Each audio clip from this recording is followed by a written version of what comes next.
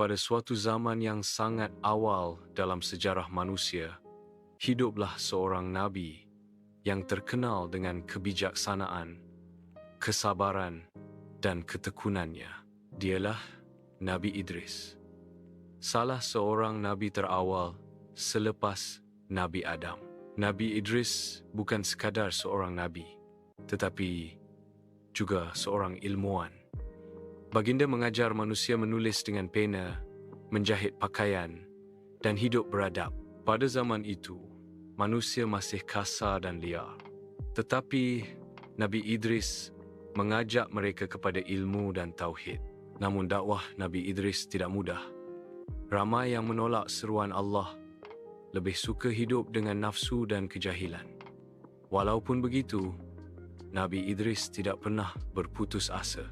Baginda beribadah siang dan malam, berdakwah dengan sabar, dan hidup sangat dekat dengan Allah. Disebabkan ketaatan dan kesuciannya, Allah mengangkat darjat Nabi Idris ke tahap yang sangat tinggi. Dalam Al-Quran, Allah berfirman bahawa Nabi Idris adalah seorang yang benar dan sangat sabar, dan Allah telah mengangkatnya ke tempat yang tinggi. Para ulama mentafsirkan bahawa Nabi Idris telah diangkat ke langit sebagai satu kemuliaan yang jarang diberikan kepada manusia.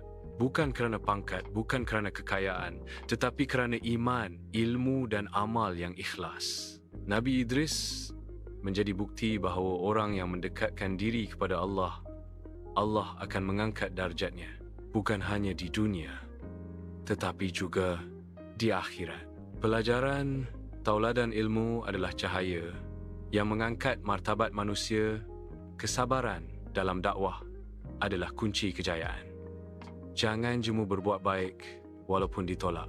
Allah mengangkat darjat orang yang ikhlas dan bertakwa. Kejayaan sebenar bukan di dunia, tetapi di sisi Allah.